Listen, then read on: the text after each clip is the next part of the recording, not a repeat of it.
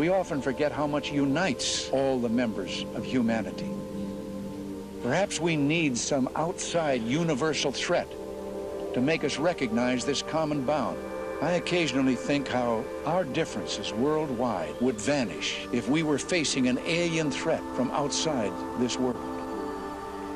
And yet I ask you, is not an alien force already among us?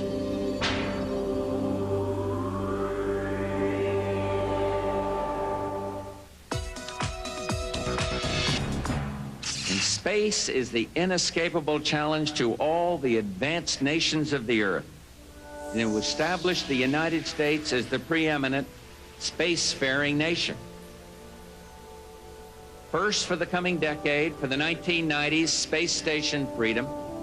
And next, for the new century, back to the moon, back to the future, and this time, back to stay.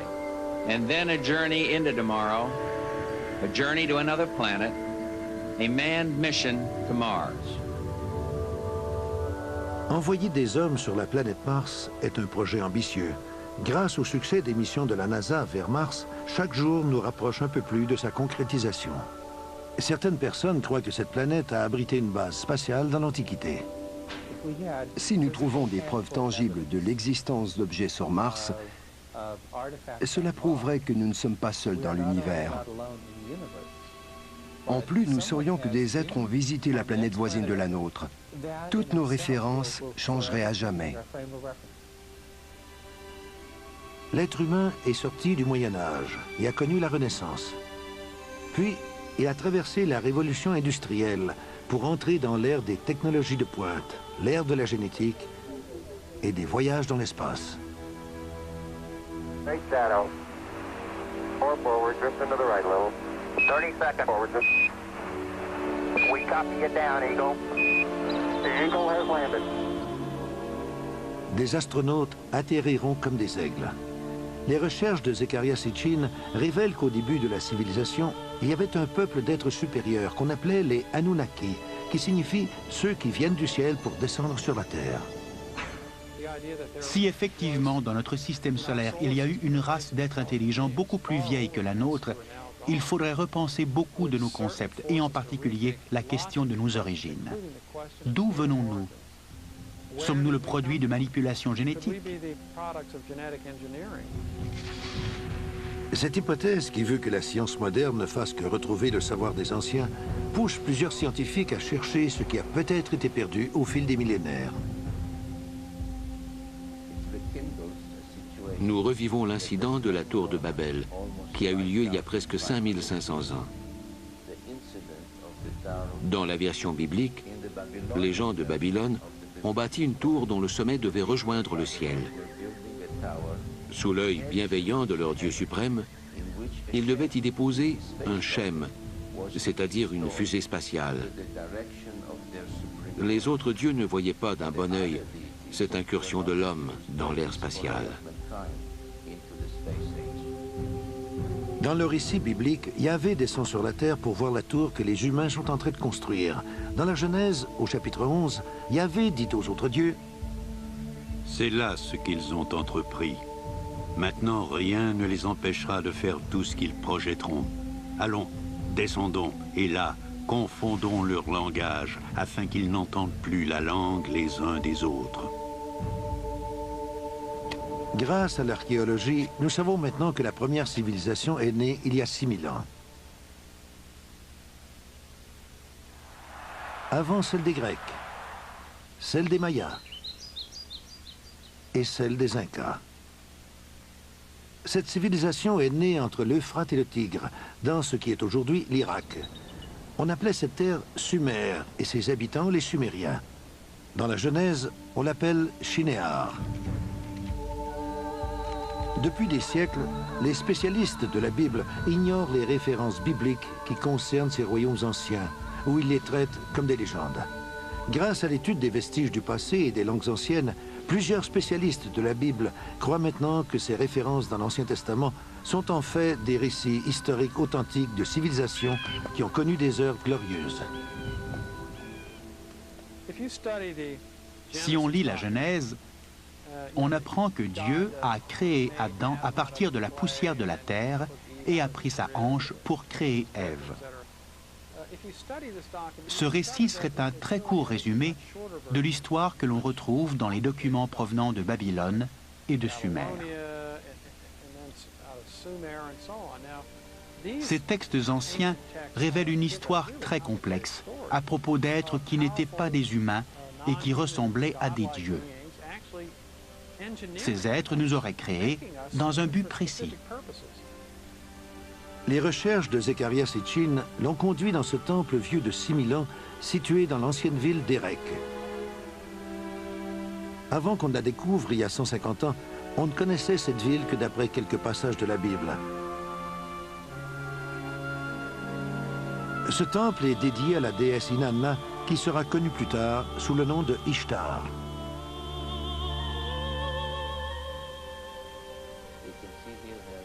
On peut voir son visage un peu abîmé. 2 cornes marquent sa divinité. Elle porte une jarre qui contient l'eau de la vie.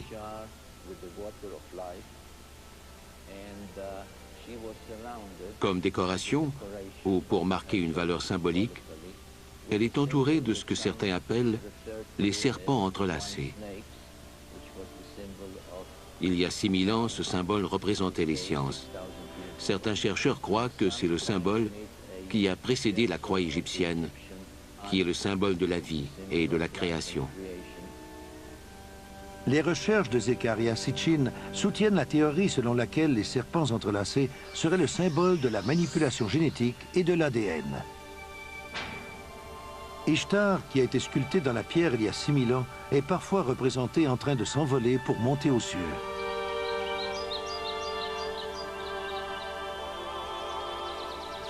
Dans la Mésopotamie ancienne, les secrets de l'astronomie et du ciel sont bien gardés. Ils sont étudiés à l'intérieur de lieux retirés par un groupe restreint de prêtres astronomes. Les sceaux cylindriques, comme celui-ci, sont les seuls vestiges de ces fameux secrets. Cette tablette d'argile porte l'empreinte d'un sceau cylindrique vieux de 4500 ans. Elle représente le dieu Enlil, qui donne une charrue aux humains pour les faire entrer dans l'ère de l'agriculture moderne. En regardant de plus près, on aperçoit un détail remarquable, une description détaillée du système solaire, identique à celle qu'on connaît aujourd'hui. Le Soleil figure au centre, et chaque planète est à sa place, et dans les bonnes proportions par rapport aux autres corps célestes. À la périphérie, il y a une 10e planète qui n'a pas été localisée par les scientifiques de notre époque. Partout sur la Terre, les astronomes sont à la recherche de ce corps céleste, car de plus en plus d'indices tentent à prouver son existence.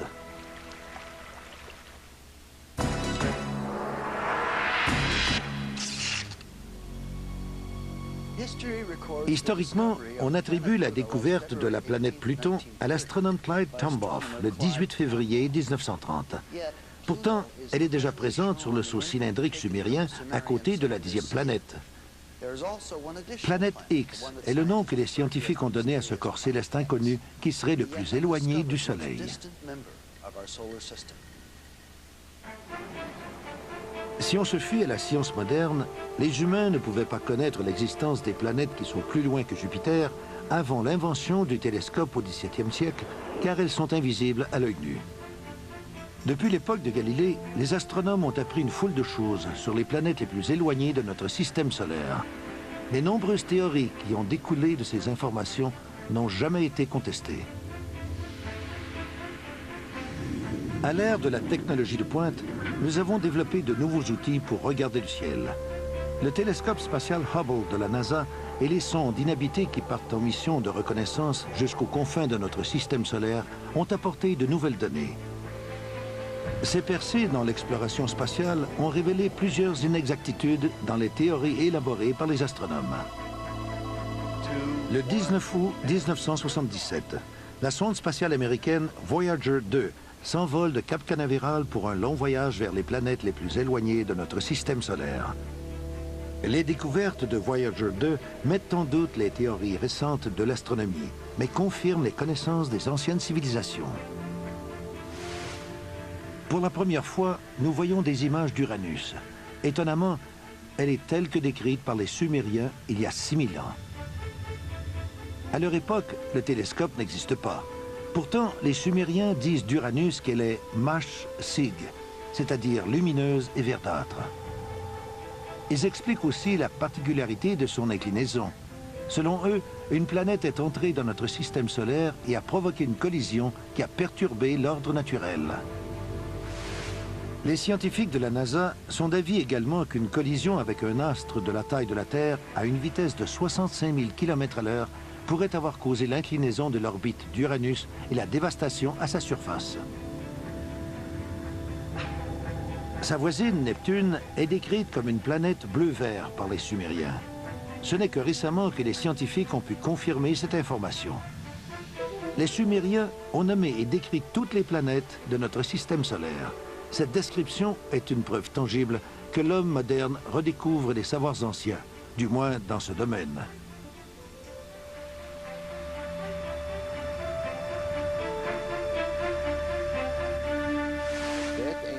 Les anciens connaissaient Uranus et Neptune, alors qu'on les a soi-disant découvertes en 1781 et 1846. Même Pluton est décrite, alors qu'on ne l'a pas découverte avant 1930. Neptune, Nudimude, l'ingénieux créateur. Uranus, Anu, celui venu des cieux. Saturne, Anshar, les horizons du ciel. Jupiter, Kishar, les horizons de la Terre. La ceinture d'astéroïdes, Rakish, le bracelet martelé. Mars, Lamu, le dieu de la guerre. Puis Ki, la Terre. La 7e planète selon les Sumériens. La Terre est la 7e planète, alors que la science moderne la décrit toujours comme la 3e. Les Sumériens ne comptaient pas les planètes à partir du Soleil, mais plutôt à partir d'une planète située à l'extrémité de notre système solaire. Ce qui est le plus surprenant, c'est l'inclusion d'une grosse planète, le 12e élément de notre système solaire. En 1972, le lancement de la sonde Pioneer 10 inaugure l'ère de l'exploration de l'espace lointain. La sonde dépasse les planètes les plus éloignées et transmet des données utiles pour la recherche de la 10e planète. Nous sommes le 14 août 1978 et nous savons depuis 6 semaines que Pluton a un satellite. Quand on connaît le satellite d'une planète, on peut déduire son poids. Nous nous sommes rendus compte que Pluton était beaucoup plus petite et plus légère que nous le pensions. Donc, Pluton n'a aucune influence notable sur les mouvements du... C'est à partir de ce moment que nous avons émis l'hypothèse qu'au moins une autre planète existait aux confins de notre système solaire. Depuis 20 ans, des physiciens se sont joints aux astronomes pour tenter de découvrir la mystérieuse planète X. En 1978, quand nous avons fait l'hypothèse d'une 10e ou 12e planète, nous nous sommes mis à l'ouvrage pour tenter de la trouver. Nous avons réussi à circonscrire la région des recherches. Nos prédictions sont basées sur les anomalies que nous pouvons observer sur Uranus et Neptune. Présentement, nous faisons des recherches dans la région du Centaure, qui est juste au sud de la constellation de la Balance. Si effectivement elle est sur l'orbite que nous avons déterminée, cette planète devrait avoir une masse de 3 à 5 fois supérieure à celle de la Terre. Par sa grosseur, elle serait située entre les planètes gazeuses comme Uranus et Neptune et les planètes terrestres que l'on retrouve près du Soleil. Si cette planète est sur une orbite de 3600 ans, alors sa masse sera proportionnellement plus élevée.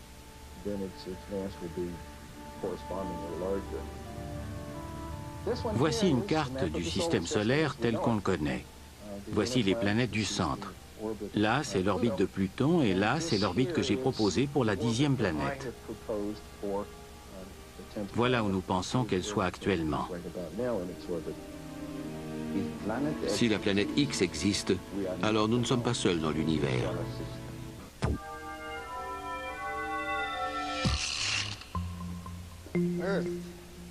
La Terre est la 7e planète. Le 7 est un chiffre sacré. Il y a 7 jours dans la semaine, 7 jours dans la Genèse, et il y a 7 tablettes de la création. On peut penser que ce ne sont que des coïncidences, mais Zecharia Sitchin croit que ces répétitions numériques ne sont pas là par hasard. Peu importe l'angle que l'on prend, les informations sur cette 10e planète sont stupéfiantes. Selon les 7 tablettes de la création que les Sumériens ont écrites, l'histoire de cette 10e planète aurait commencé il y a 4 milliards d'années, quand notre système solaire était beaucoup plus jeune et que la Terre n'existait pas. Les vestiges des écrits des Sumériens racontent l'histoire de la planète Nibiru, qui est venue de l'espace lointain et a été attirée vers le centre de notre système solaire par l'attraction planétaire de Neptune, Uranus, Saturne et Jupiter. Nibiru s'est alors placé sur une orbite en sens contraire de l'orbite de la 7e planète, celle que les Sumériens appellent Tiamat. Nibiru et Tiamat, la 7e planète, risquent d'entrer en collision. La cosmogonie sumérienne résout plusieurs énigmes qui résistent encore à la science moderne. Plusieurs explications découlent de cette collision céleste et du fait que le système solaire est composé de 12 éléments. Alors que les deux planètes passent tout près l'une de l'autre, un des satellites de Nibiru s'écrase sur Tiamat et la fend. Des collisions subséquentes détruisent complètement l'une des moitiés de Tiamat, dont les débris vont former la ceinture d'astéroïdes. Les textes sumériens et la Bible donnent le nom de firmament à ces débris. L'autre moitié de Tiamat devient la Terre. Celle-ci est repoussée sur une nouvelle orbite et entraîne avec elle le principal satellite de Tiamat qui va devenir notre Lune. Nibiru est rejeté sur une orbite solaire permanente dans le sens des aiguilles d'une montre. La 12e planète de notre système solaire revient près de la Terre tous les 3600 ans. On retrouve des échos de ce récit de la création dans toutes les anciennes cultures, et il constitue une partie du savoir scientifique que l'on retrouve dans l'Ancien Testament, dans l'histoire de la création présentée dans la Genèse. Après la collision, le créateur biblique proclame ceci. Que les eaux qui sont au-dessous du ciel se rassemblent en un seul lieu, et que le sec paraisse. Et cela fut ainsi. Dieu appela le sec terre, et il appela l'amas des eaux mer.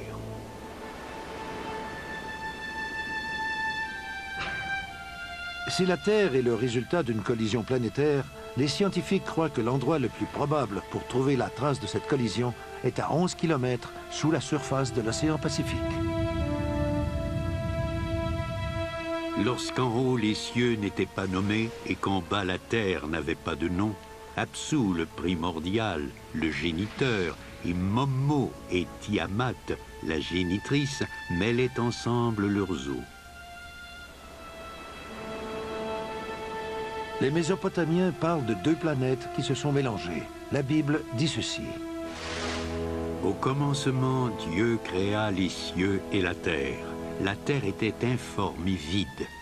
Il y avait des ténèbres à la surface de l'abîme et l'Esprit de Dieu se mouvait au-dessus des eaux. Dieu dit que la lumière soit et la lumière fut. Si nous utilisons les informations du texte mésopotamien pour lire celui de la Bible, le vrai sens de la Genèse s'éclaire, particulièrement lorsqu'on parle de l'eau. Dieu dit qu'il y ait une étendue entre les eaux et qu'elle sépare les eaux d'avec les eaux. Et Dieu fit l'étendue et il sépara les eaux qui sont au-dessous de l'étendue d'avec les eaux qui sont au-dessus de l'étendue. Et cela fut ainsi. Dieu appela l'étendue ciel. Les eaux qui sont au-dessus et les eaux qui sont au-dessous sont des expressions assez vagues dans la Bible. Les Sumériens décrivent Uranus et Neptune comme des planètes d'eau. Cette description est-elle valable selon les connaissances actuelles? De 1970 à 1981, les sondes Pioneer et Voyager visitent Jupiter et Saturne ainsi que leurs nombreuses lunes. Lors de ces missions, on trouve de l'eau presque partout sous forme de glace à la surface et liquide dans le sol. Les Sumériens ont dit qu'il y avait de l'eau sur Io et Europe, des lunes de Jupiter. C'est un fait confirmé. Ils ont écrit qu'il y avait de l'eau sur Encelade et Tétis, deux des lunes qui tournent dans les magnifiques anneaux de Saturne. Les découvertes de la NASA confirment les déclarations des Sumériens et viennent donner un éclairage nouveau à l'expression biblique « eaux qui sont au-dessus ». La comète de Halley, qui voyage dans l'espace, confirme elle aussi l'expression « eaux qui sont au-dessus ». Cette comète, de près de 4 milliards d'années, a un noyau de la grosseur de l'île de Manhattan. Ce voyageur mystique rejette de l'eau à un rythme de 30 à 70 tonnes à la seconde et peut continuer ainsi encore pendant des milliers d'années.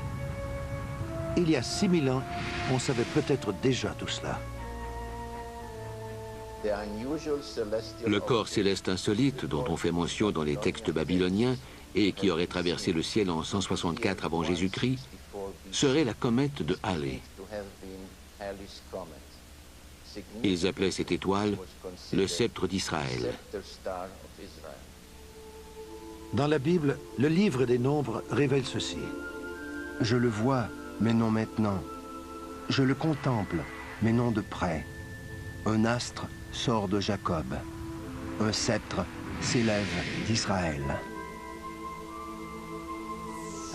La comète de Halley et les autres objets célestes sont vraiment les messagers de la Genèse. Lorsque Schiaparelli, un astronome italien du 19e siècle, annonce qu'il a vu des canaux sur Mars, on le ridiculise. En 1916, le scénario se reproduit pour Lowell, un astronome américain réputé. Lorsque la NASA envoie des sondes sur Mars dans les années 70 et 90, elle recueille de nombreux indices qui prouvent qu'il y a déjà eu de l'eau sur la planète. Les images de Vénus et de Mars montrent des mers, des lacs et des lits de rivières asséchés, prouvant une fois de plus l'expression « eaux qui sont au-dessus ». Même Mercure, qui est si près du Soleil, a de la glace sur ses pôles. La NASA en est venue à cette conclusion. Nous devons conclure que nous voyons les effets de l'eau sur Mars. Il y a eu assez d'eau sur Mars pour former une couche de plusieurs mètres sur toute la surface de la planète. Une planète qu'on croyait sèche et nue devient subitement une planète où l'eau a déjà été présente en abondance.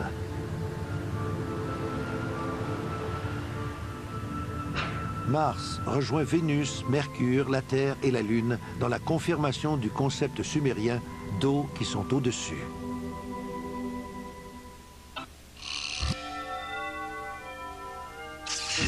La découverte d'eau sur notre Lune et sur des planètes lointaines rend beaucoup plus plausible l'hypothèse de la colonisation.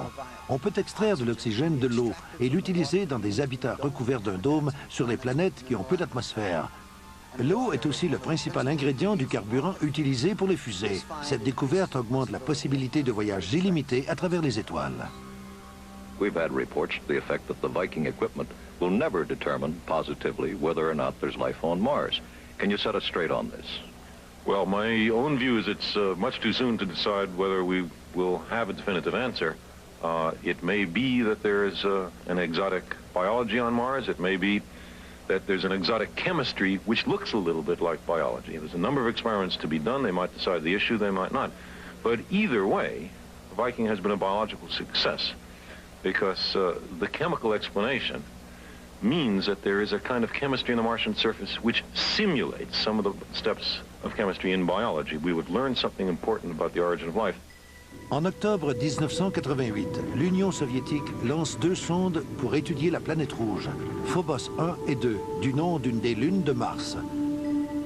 Phobos 1 se brise en route, mais Phobos 2 rejoint Mars et commence immédiatement à envoyer des images à la Terre.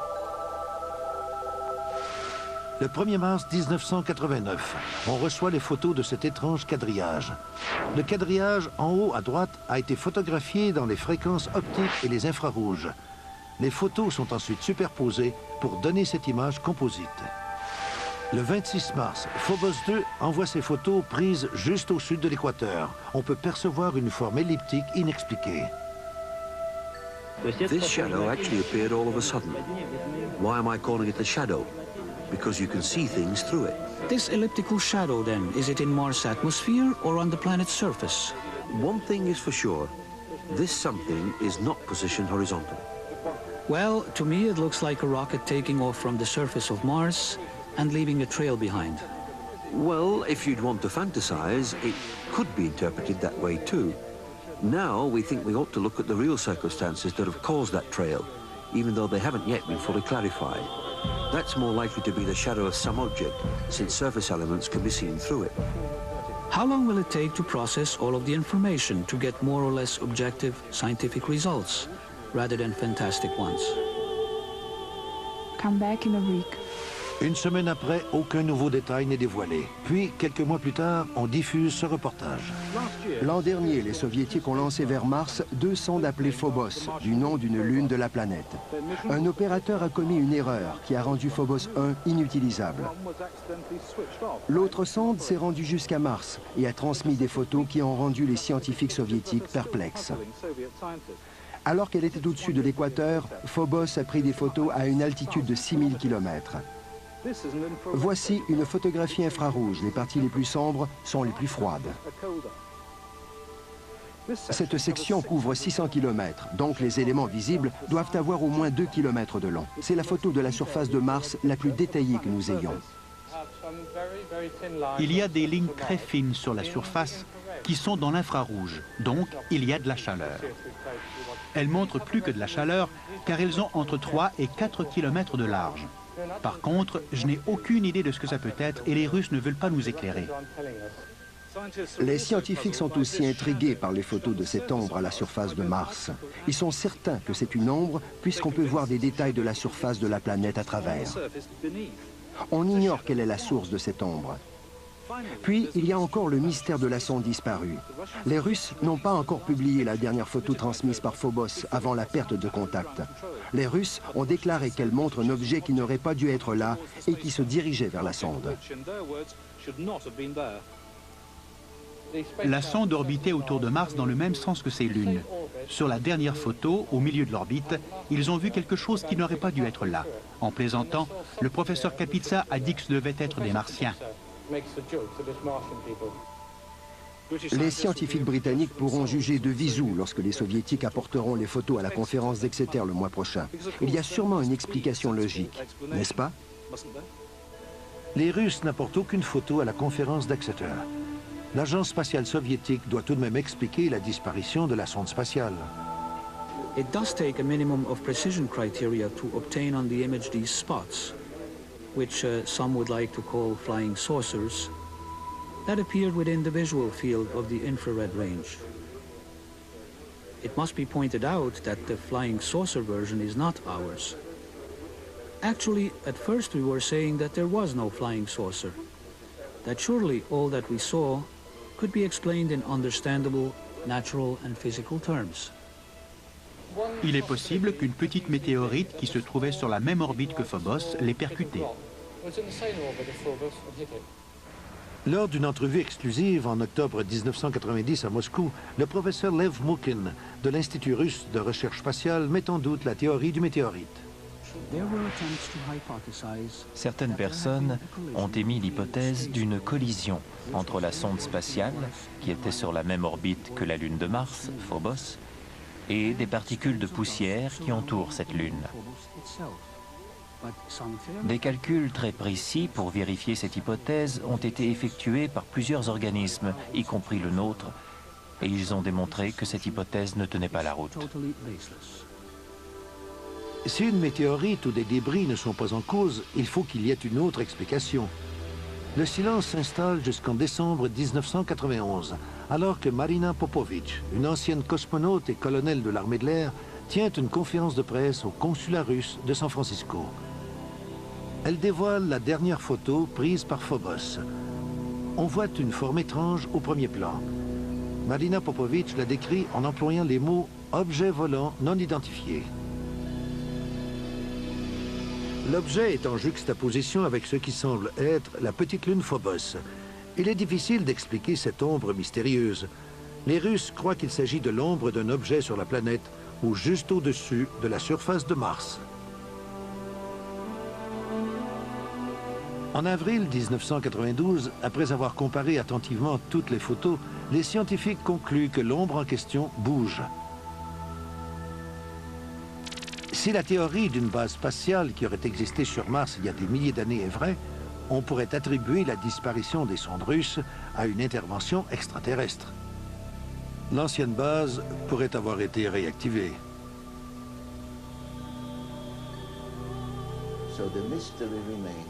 Le mystère reste entier. On ne sait pas ce qui a déstabilisé la sonde. Était-ce une défectuosité? Ou y a-t-il eu une intervention extérieure? La question qu'il faut se poser est fort simple. Est-ce que Phobos 2 a été touché par quelque chose qui l'a mise hors service? Les circonstances entourant sa disparition suggèrent la possibilité que des êtres soient de retour sur Mars, prêts à abattre ce qui leur semble être un vaisseau spatial ennemi.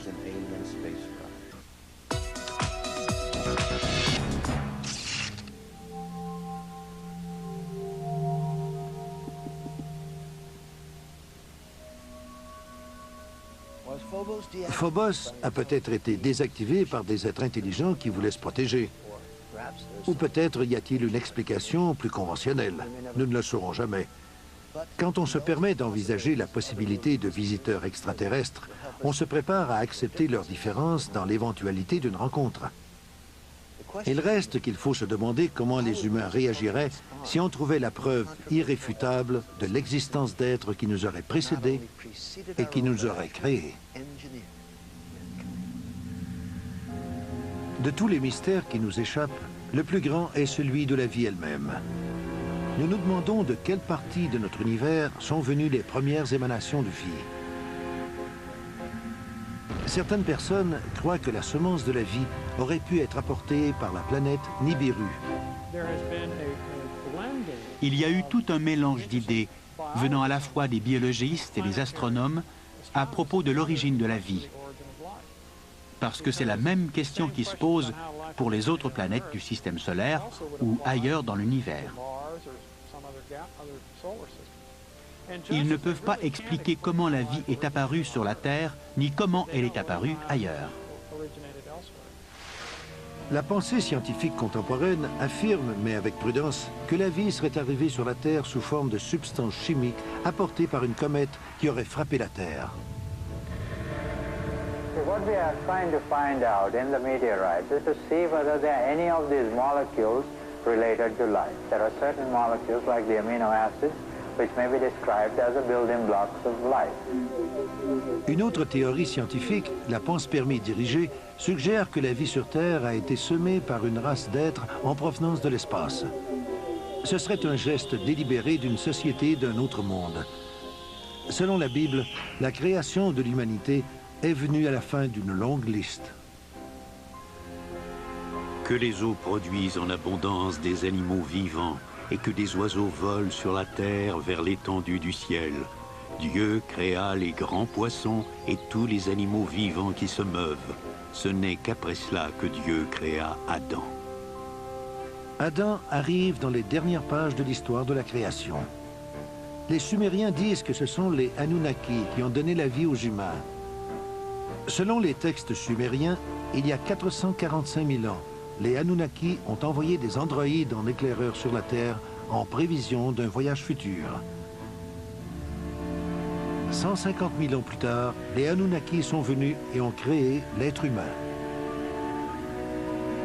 Selon les Sumériens, nous aurions été créés grâce au génie génétique, par fertilisation in vitro, comme le décrit ce seau cylindrique.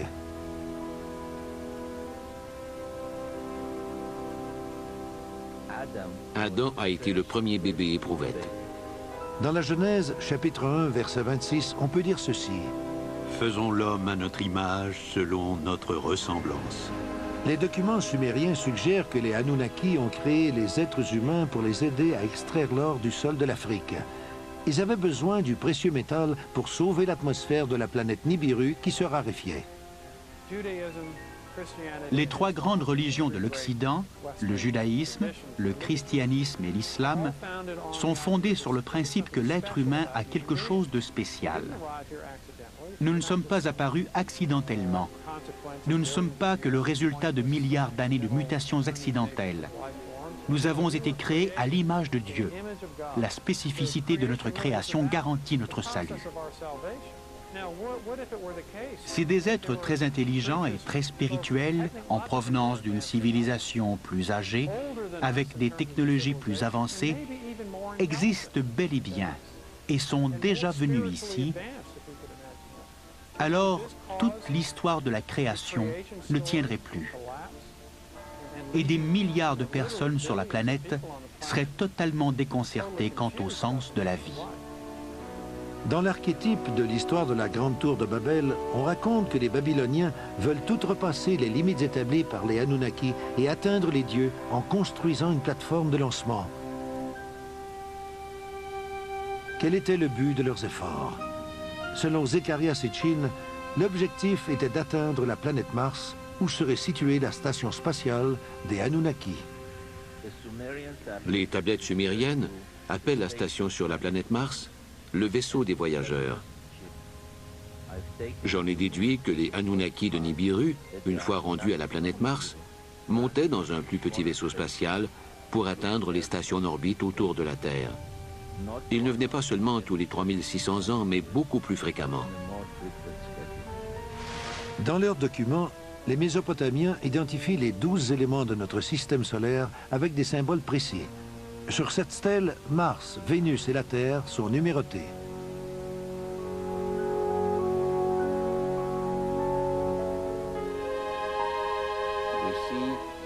On peut voir le Soleil et ses rayons.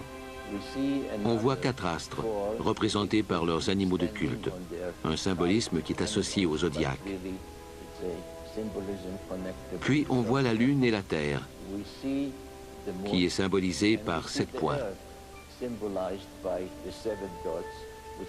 Ils indiquent la position de la Terre à partir des limites extérieures de notre système solaire, comme si quelqu'un venant de l'espace lointain comptait les planètes.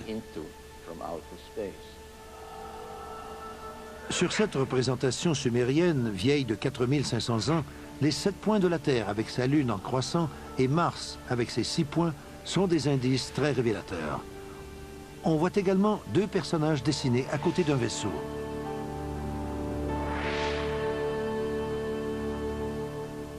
Certains chercheurs croient que la planète Mars était encore habitable il y a 10 000 ans. Une 10e planète, une race mystérieuse capable de créer génétiquement la race humaine. Il y a quelques années, la majorité d'entre nous aurait ri de ces idées. Mais avec le clonage de Dolly et toutes les percées dans le domaine du génie génétique, ces concepts semblent beaucoup moins farfelus. Des photographies troublantes alimentent les hypothèses sur les mystérieux vestiges des Anunnaki.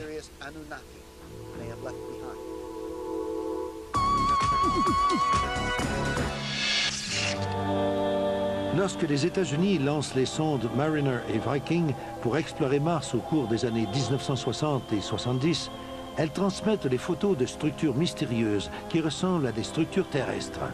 La NASA a nommé celle-ci la cité Inca. On peut la comparer à la forteresse de Sacsayhuaman au Pérou. Voici les lignes sur Mars, puis celles de Nazca au Pérou. J'ai le sentiment que ce que nous avons découvert jusqu'à maintenant ressemble vraiment à un agencement intelligent.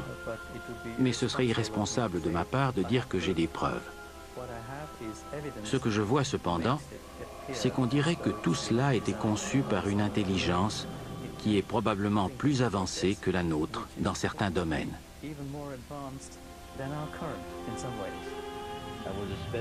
J'ai été particulièrement intéressé par le rapport des chercheurs indépendants qui ont suggéré que l'orientation de la façade et des pyramides voisines indique qu'elles ont été construites en fonction du soleil levant au moment du solstice sur Mars, il y a environ 450 000 ans. Des êtres pouvant voyager dans l'espace, il y a près d'un demi-million d'années, auraient visité notre système solaire et auraient laissé des monuments sur la Terre et sur Mars. Les seuls êtres dont on connaît le nom sont les Anunnaki. Les seules preuves que nous avons pour appuyer cette théorie ont rapport aux Anunnaki. Sur Terre, on a vu des sociétés qui ont été détruites par le croisement avec d'autres cultures.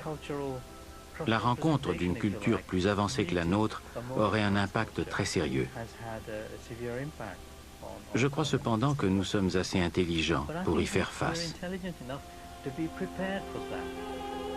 Notre civilisation est technologiquement capable de s'aventurer dans l'espace lointain et d'y faire des recherches scientifiques. Il est difficile de nier la possibilité que les membres d'une civilisation plus avancée que la nôtre soient venus visiter notre système solaire il y a des milliers d'années. Grâce aux travaux de Zecharia Sitchin et de chercheurs comme lui, nous en savons beaucoup plus sur les anciennes cultures et sur notre passé.